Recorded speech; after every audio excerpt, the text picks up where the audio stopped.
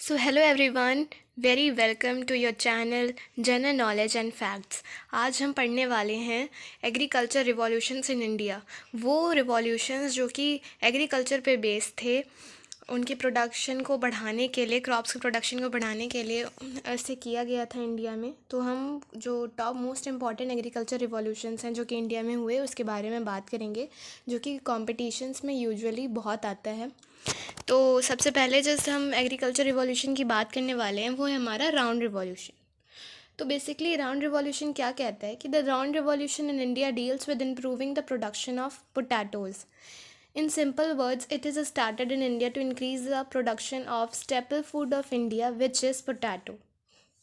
Impact of this round revolution is increase in number of new varieties of potato.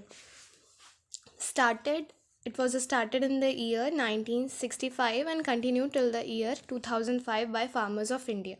तो round revolution क्या है basically कि round revolution जो है वो इंडिया में इसलिए स्टार्ट हुआ था ताकि पोटैटोज़ की प्रोडक्शन को हम इम्प्रूव कर सके, उसकी न्यू वैरायटीज़ का प्रोडक्शन कर सके हम इंडिया में। सिंपल वर्ड्स में अगर हम कहें तो ये इंडिया में स्टार्ट हुआ था, और जो हमारा स्टेपल फूड है इंडिया का, जो कि हर डिश में उसे हम डालते हैं, यूज़ करते हैं, जो कि पोटैटो है, तो उसकी प्रोडक्शन को इंक्रीज़ करने के लिए राउंड रिवॉल्यूशन स्टार्ट हुआ था।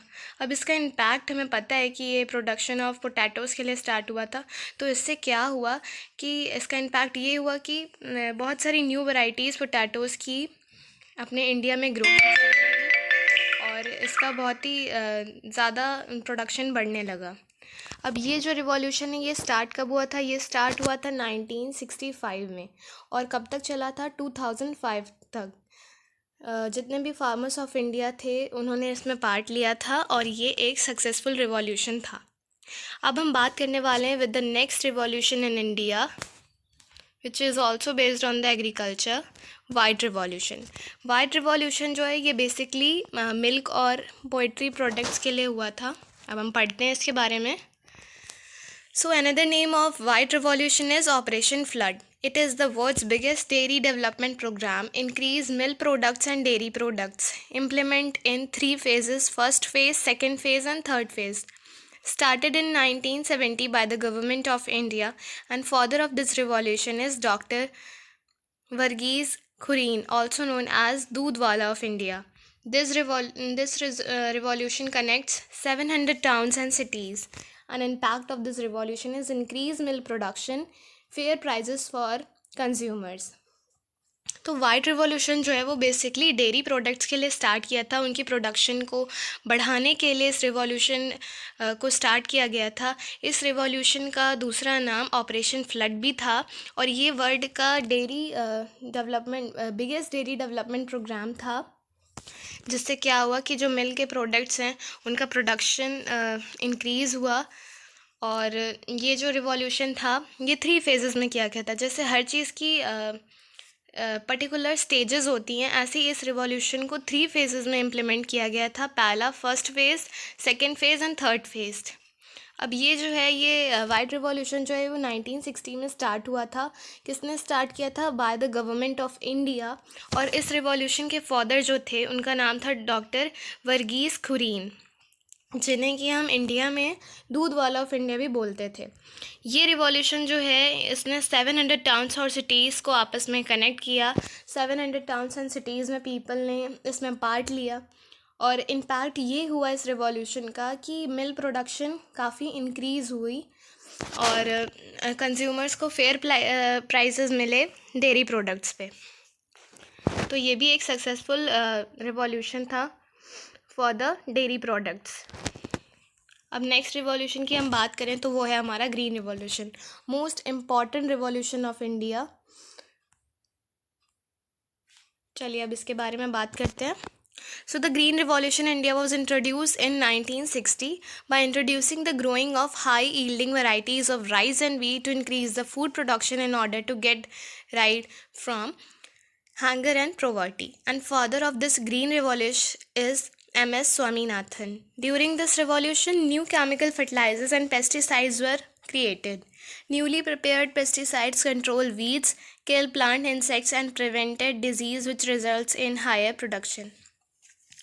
तो ये सबसे ज़्यादा मोस्ट इम्पॉर्टेंट रिवॉल्यूशन है, एग्रीकल्चर रिवॉल्यूशन है अपने इंडिया का, जो कि स्टार्ट किया गया था 1960s में। और ये इसलिए इंट्रोड्यूस हुआ था ताकि हम हाई यील्डिंग वैरायटीज़ राइस और वीट की उसको हम इंक्रीज़ कर सकें, फूड के प्रोडक्शन को इंक्रीज़ कर सकें, जिससे कि जो इंडिया में भुखमरी और गरीबी है उसे ख़त्म किया जा सके। तो ग्रीन रिवॉल्यूशन बेसिकली इसी एम से स्टार्ट किया गया था। और ग्रीन रिवॉल्यूशन के जो फादर थे वो थे MS स्वामीनाथन। ये बहुत ही इंपॉर्टेंट क्वेश्चन है, कभी कभी कॉम्पिटिशन्स में पूछ लिया जाता है कि ग्रीन रिवॉल्यूशन के फादर का नाम क्या था, तो वो था MS स्वामीनाथन। अब इस रिवॉल्यूशन के दौरान जाहिर सी बात है, हमें जब राइस और वीट की अच्छी प्रोडक्शन चाहिए तो हमें पेस्टिसाइड्स, केमिकल फर्टिलाइज़र सब चाहिए होगा, जिससे हम अपनी प्रोडक्शन, वीट और राइस की प्रोडक्शन को इंक्रीज़ कर सकें। तो इस रिवॉल्यूशन के दौरान बहुत सारे न्यू केमिकल फर्टिलाइज़र्स और पेस्टिसाइड्स क्रिएट किए गए। अब एज अ रिज़ल्ट क्या हुआ कि जब हमने ये न्यूली प्रिपेयर्ड पेस्टिसाइड्स को क्रॉप्स पे यूज़ किया, तो इससे जितने भी प्लांट्स के इंसेक्ट्स थे वो किल हो गए, डिज़ीज़ भी प्लांट्स में लगना कम हो गई। तो इसकी वजह से वेस्टेज ऑफ क्रॉप्स कम हुआ, और उससे क्या हुआ कि वीट और राइस और अदर क्रॉप्स का जो प्रोडक्शन है वो इंक्रीज़ हो गया। तो बेसिकली ग्रीन रिवॉल्यूशन का बहुत ही अच्छा इम्पैक्ट रहा अपने इंडिया पे, जिससे कि हाई यील्डिंग वैरायटीज़ राइस और वीट की वो इंक्रीज़ हुई, और उससे काफ़ी हंगर और प्रोवर्टी भी डिक्रीज़ हुई। अब हम नेक्स्ट रिवॉल्यूशन पढ़ने वाले हैं, which is the blue revolution. Blue revolution is basically related to the aquaculture production. अब हम बात करते हैं इस ब्लू रिवॉल्यूशन के बारे में। तो फादर इस रिवॉल्यूशन के क्या थे? हीरा लाल चौधरी, जिन्होंने ये स्टार्ट किया था। It is an initiative taken by the government for the growth of the aquaculture industry, started first in China, as it accounts for around 2/3 of the total aquaculture production worldwide. Also called as NEEL or Neeli Kranti Mission in India, launched in 1985 to 1919 during the 7th five-year plan. Objective of this revolution is to develop, manage and promote fisheries to double the farmers' income. अब